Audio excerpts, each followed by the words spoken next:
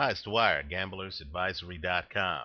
Here with some comments on this weekend's fight at super middleweight between Andre Ward and challenger Arthur Abraham. Now, before I go further, just consider this video to be a second opinion from a complete stranger online. The opinion you should follow should be your own. I like Andre Ward in this fight, and I like Andre Ward big in this fight.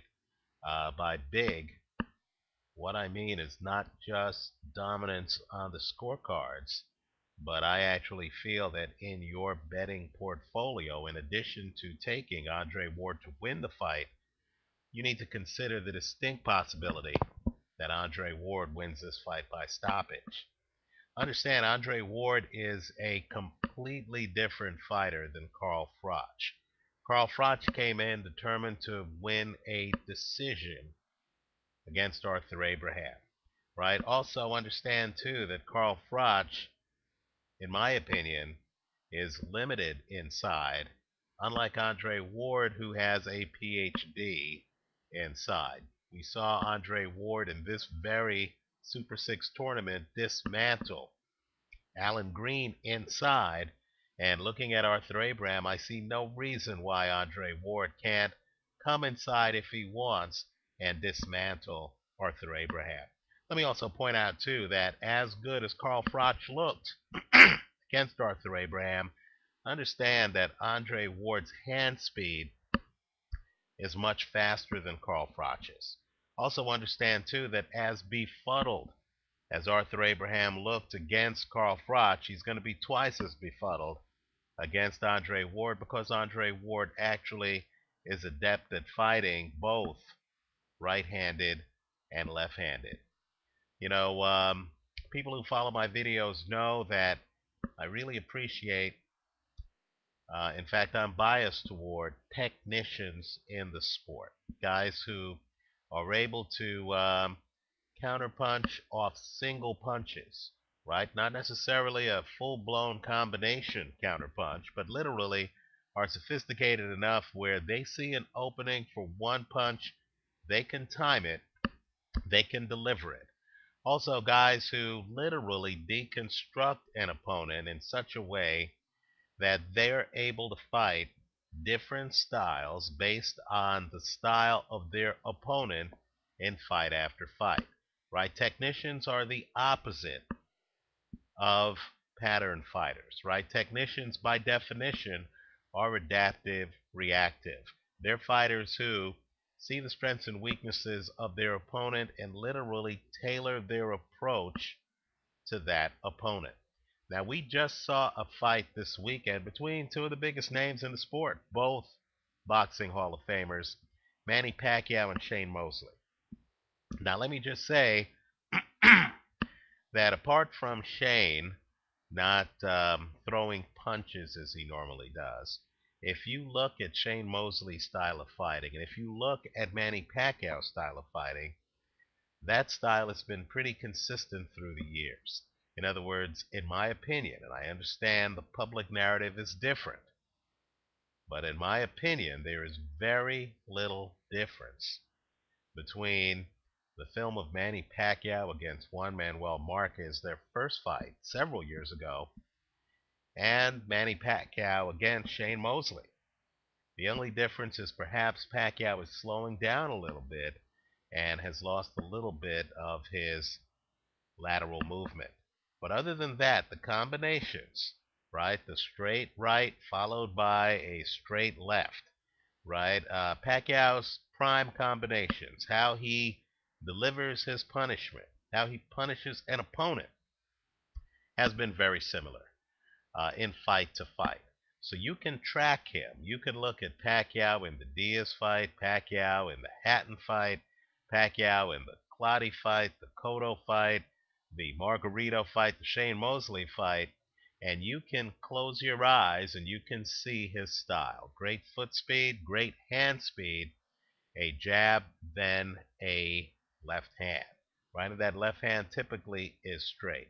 Occasionally you get a wrinkle like in the Hatton fight where one of the knockdowns was off a right hook, right?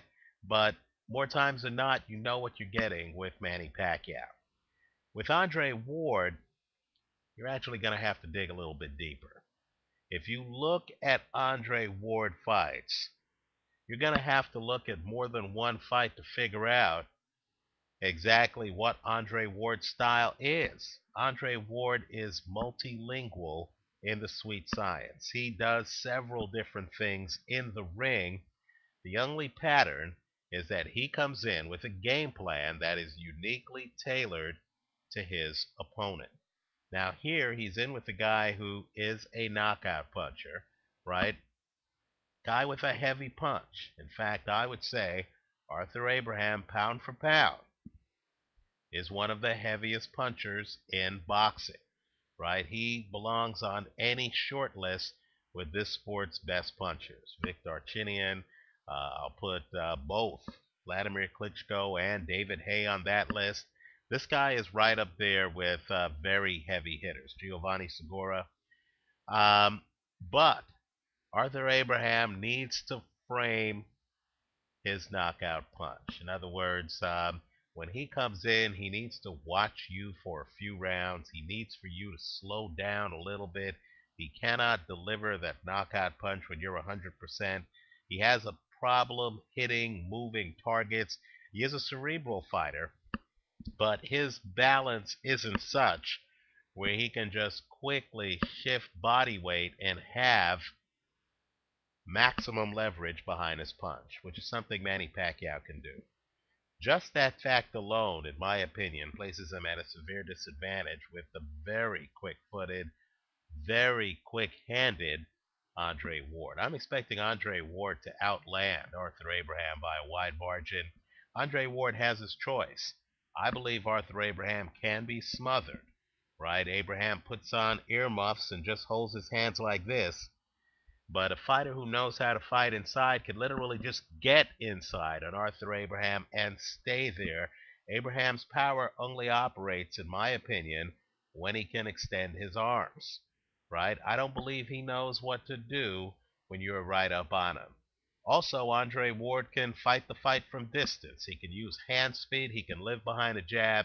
He can bust up Arthur Abraham literally from, let's say, 3 or 4 feet away, coming in intermittently, throwing combinations. What I don't expect Andre Ward to do is to fight the fight that Andre Durrell fought. Understand, Andre Durrell is a mover. He moves around the ring. I'm telling you that Andre Ward is a different level. He's a higher level, in my opinion. Andre Ward can literally slip your punches and take you out standing right in front of you if that's the strategy that he chooses. And here he's going to have the opportunity because he's fighting a guy who's not as fast or as dangerous, in my opinion, and this next line is going to be controversial, as Sakio Bika, a guy who Andre Ward just beat. The bet I'm recommending here, and Abraham always has a puncher's chance because he is blessed with punching power. The bet I'm recommending here is a bet portfolio. It's a straddle plus. I think your base bet has to be Andre Ward simply to win the fight. I actually believe, and you'll get decent odds on this, that you should also throw a little portion of that bet on Andre Ward by KO. It's a 12-round fight. Keep in mind, too, you don't have to necessarily knock out the other guy to get a KO. If your hand speed is so blinding that you can just overwhelm the guy, you might be able to get a stoppage or to get the other guy to quit like Manny Pacquiao did against Oscar De La Hoya, right? If the referee sees you landing a lot of punches on a guy who already is behind in the fight, who really doesn't have a chance to win the fight, who's getting busted up, the referee might well stop the fight even if the opponent has an iron jaw, right? Also, quite frankly, when you look at a technician, and this just seems to be something boxing fans, myself included, do, you'll see a technician, a guy like Bernard Hopkins, for example, and you'll see him doing certain things to win rounds, and you'll forget that if that guy decides to plant his feet and to actually throw punches with leverage, he'll actually have significant punching power.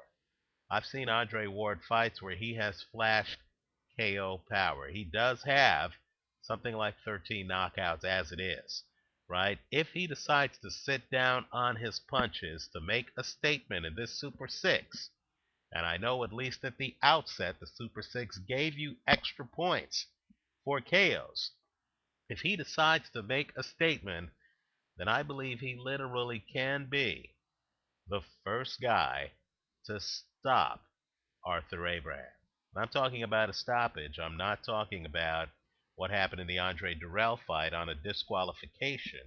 I'm talking about the possibility that Abraham gets so hurt that he ends up either on the canvas or the referee steps in and it's a TKO. I think that's a distinct possibility. I think you want the upside that comes with that. So the three bets I'm recommending are Ward to win the fight outright, a kicker of Ward by KO, straddled against Arthur Abraham by KO. If I had to make one bet without the straddle, it would be on Andre Ward to win this fight. I think Andre Ward is a rare talent. I think he's an underrated talent. We look at his division, and you see fighters like Lucien Bute and others, Carl Froch, and people scratch their heads and they wonder who is the best at super middle. Well, I'm just here to tell you that I'd be surprised if anyone at super middle is better than Andre Ward. Lucien Bute, Andre Ward, I'll concede that's a toss-up fight, but I would take Andre Ward over everyone else in that division. The wild card, I do believe this guy is a wild card who has a chance to clean out the division, is a guy who's not even in the Super 6, and that's the UK's James DeGale. He's actually going to be fighting an unbeaten fighter, George Groves, in a very competitive match. All I can say is if DeGale's heart, in my opinion, matches his skill level, which I view as off the page, then DeGale has an opportunity to clean out super middle. I will say this. I would take DeGale over Lucien Bute today, just based on styles. I think DeGale is that talented. Super middle is a place you need to pay attention to if you want to see this sport at its best. That is a loaded division. This weekend's fight is just one chapter in a very deep division. Let me know what you think. Leave your comments for me here on YouTube. Visit me at gamblersadvisory.com. And keep in mind, this is really a forum for hardcore boxing fans. If you agree or disagree with any part of my take, let me know about it. Okay, this isn't this isn't a dictatorship, it's a democracy. So I do hope you leave your comments for me. And all I ask is that after the fight, you also stop by and leave your post-fight comments and give us a report on whether you think the KO or decision was a just one. Thanks for watching.